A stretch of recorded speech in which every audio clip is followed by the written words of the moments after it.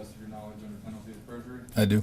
And would you state your name and badge number for the record, please? Detective P.A. Wright, 2628, And what law enforcement agency do you work for, Detective? DeKalb County Police Homicide Unit. Are you post-certified? I am. Did you have an opportunity to investigate an incident that occurred on May 12, 2019 at approximately 11:10 p.m. involving people you later... Objection leading.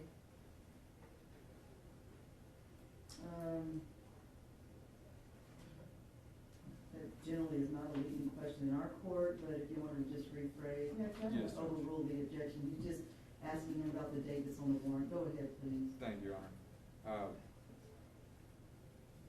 Did you have the opportunity to investigate an incident on May 12, 2019? Oh, hold on 1 second. Can you turn your mic on? Yes, sir. And Detective, could you speak as loudly as you can? I can. Because I can't get the recording just with there, and speak slow enough to get the information the first time, because we have 3 co-defendants. Proceed. Yes, Your Honor. Did you investigate a incident occurring on April 12, 2019 at approximately 11:10 p.m. involving individuals you later discovered to be Antoine Allen, Dwayne Allen, and Keadesia Allen?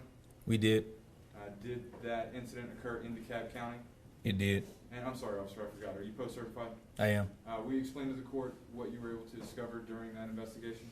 Yes, sir. On April 12th at around 11:14, we responded to 3541 Satellite Boulevard in reference Okay, wait a minute. You've got to slow down. Okay. Listen, everybody's getting every date, every time, AM, PM, every address. Okay. You've got to slow down and tell it, from the beginning, please. So start over, 11:14 AM or PM, and then start with the address and just slow down, because everybody's going to re-ask you the same questions if we don't try to get it the first time, okay? Okay. All right, start over, all right.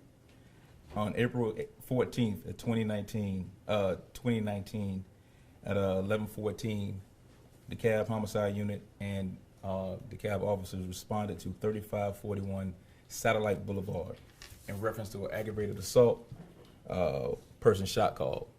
When we arrived at the location, the crime scene was already cornered off. Crime scene was also called to the location, and we started to work.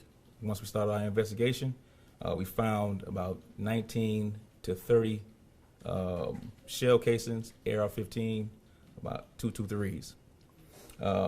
The left side of the house, from the basement all the way up to the top of the living room area, was shot up. Ambulance had already arrived at the location and had taken the 7-year-old who was shot in the back of the head to Grady Hospital, I believe, and later Eggleston. Your Honor, I'm going to object. It appears, and I'm not sure that he's reading from a report. If he is, we would just like to be provided a copy of it, if he's using it to Okay, I refresh was his saying memory. at the beginning, right, you can't read from a report, you have to go ahead. I'm not reading from. I just have. Okay, just in case you are, No, let me I'm say, just testify from your memory. If I you am. need to review the report, then just the state can guide you on how to do that.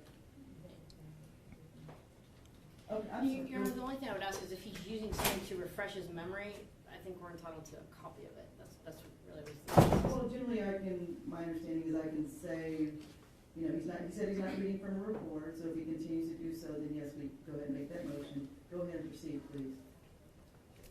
Thank you, Judge. So after you discovered the 19 to 30 shell casings of 223 from an AR-15,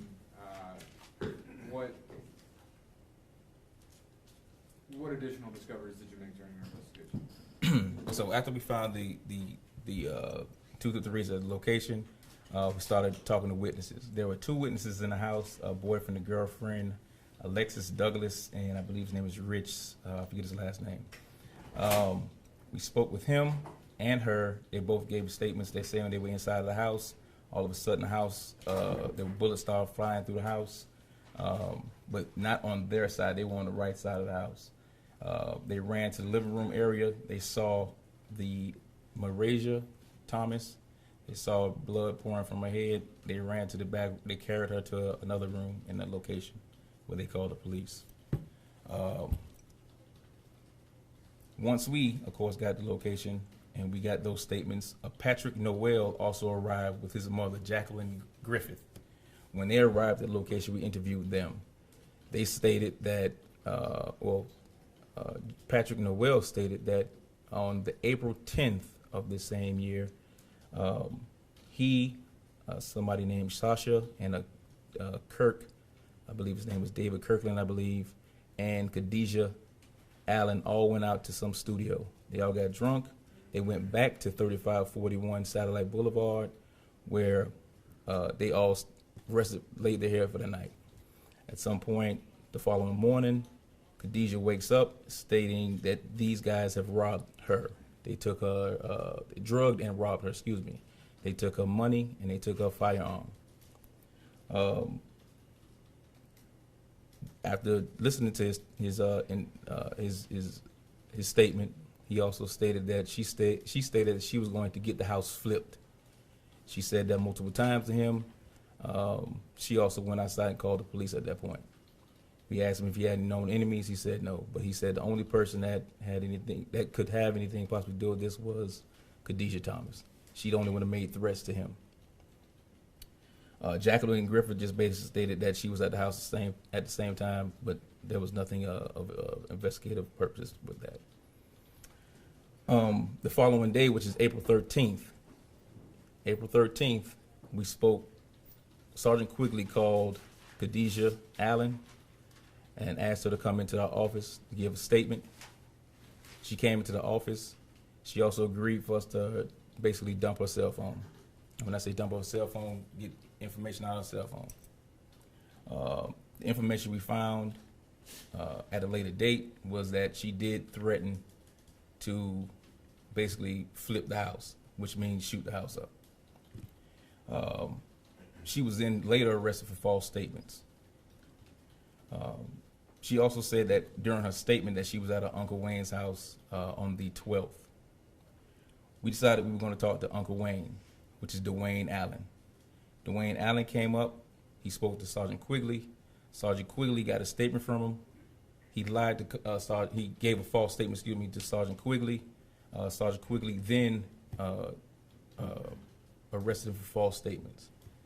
The following day, Dwayne Allen was brought back to Major Felony Office where he gave a statement. In his statement, he stated that Keadesia Allen, Antoine Allen were at his house. They were having some kind of get together. At some point, his gun, his AR-15, was on the table. They take his gun, leave the location, and don't come back for extended time.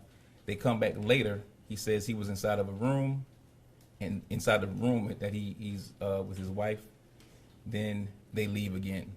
Shortly after, they leave again. At some point, we, after listening to that statement, coupled with that evidence and also other phone evidence inside Keadesia Allen's phone from the time April 10th came along, there were other text messages saying she was going to do extenuating things to this house. She's going to shoot this house. She's talking to somebody else and said she was going to shoot this house up. Then she says to her boyfriend on his jail calls, Kais Patrick, who's in Gwinnett County Jail. She's talking on his jail calls, also saying that her brother and Dwayne Allen were mad, and that she was going to do something.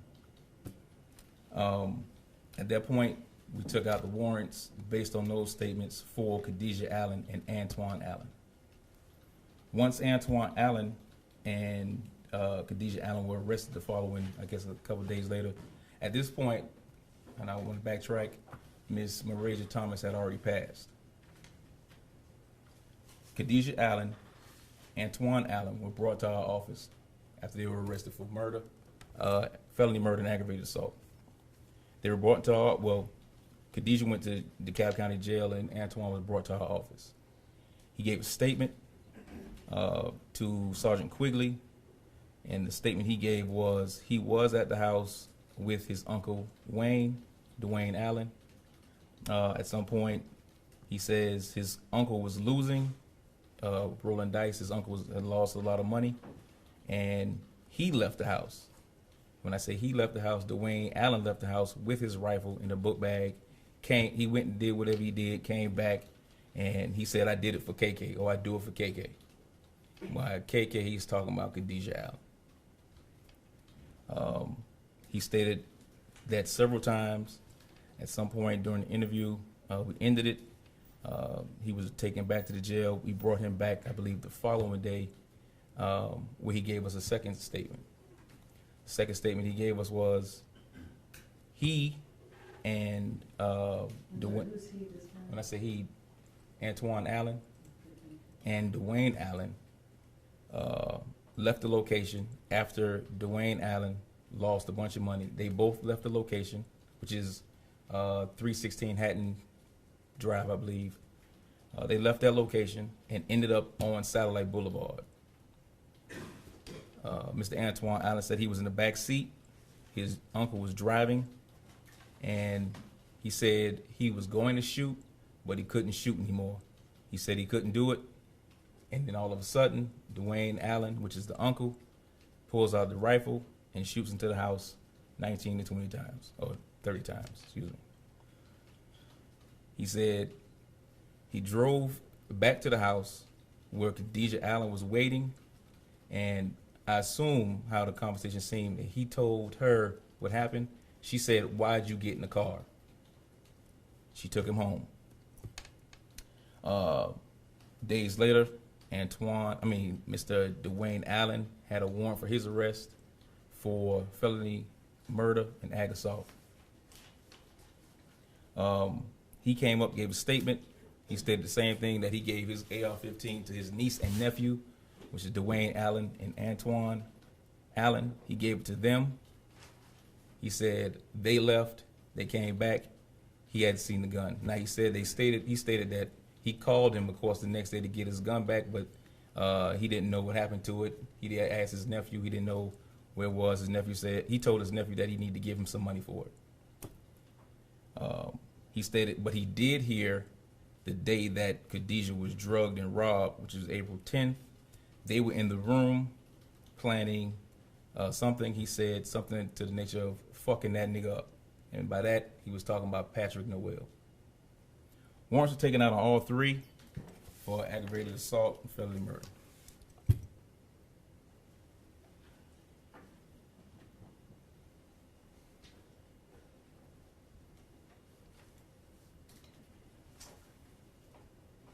Okay.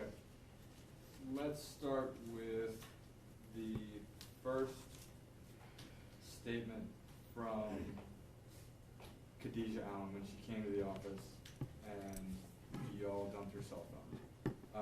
The statement she gave, was it Mirandized? No, she was just up there as a witness at the time. Okay. Is it recorded? It is. Is that recording available in evidence? It is. The contents of the cell phone, was that search consented to? It was. Are the contents of that cell phone recorded? It is. Are those in evidence? Yes, sir.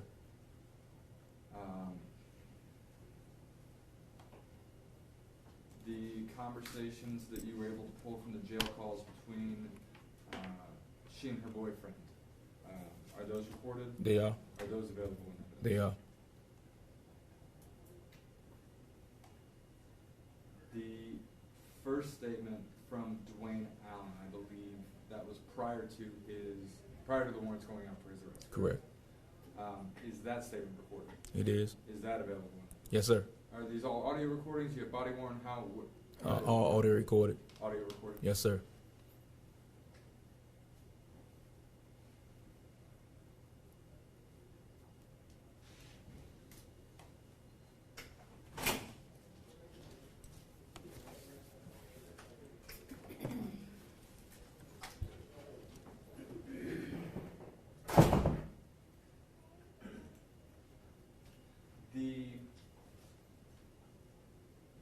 Where did you find the shell casings?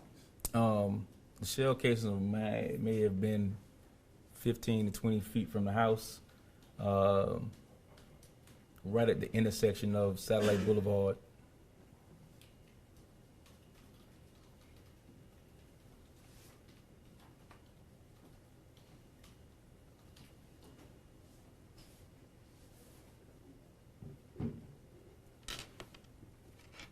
Was a weapon ever recovered? No.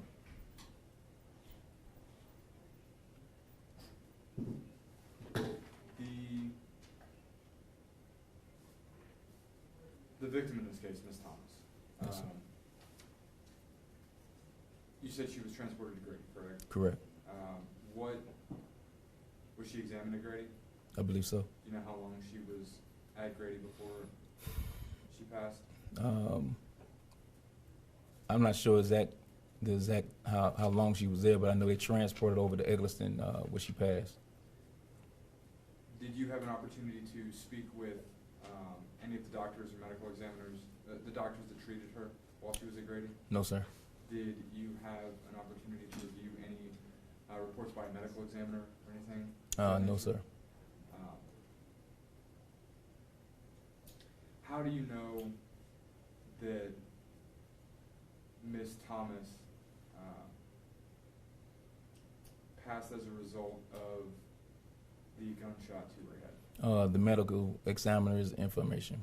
So the medical examiner did Correct. confirm that. Did the medical examiner confirm that the single shot to her head was the cause of death? Yes, sir.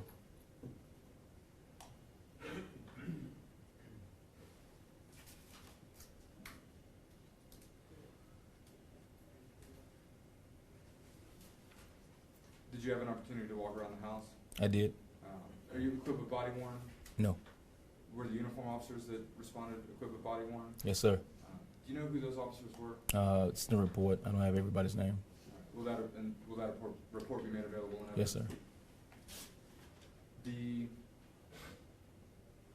you describe what the living room looked like when you entered the home?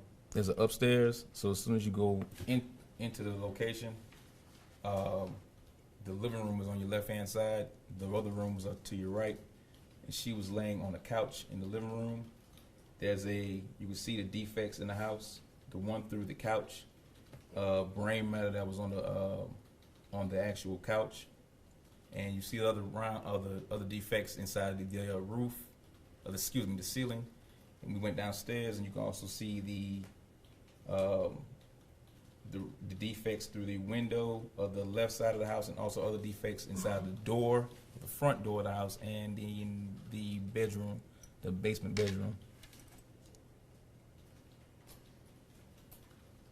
There was a small puddle of blood inside. I believe this is the mother's room on the right side of the house, where the boyfriend and girlfriend had taken the victim to the room in case there were more shells or more rounds going through the house to take cover.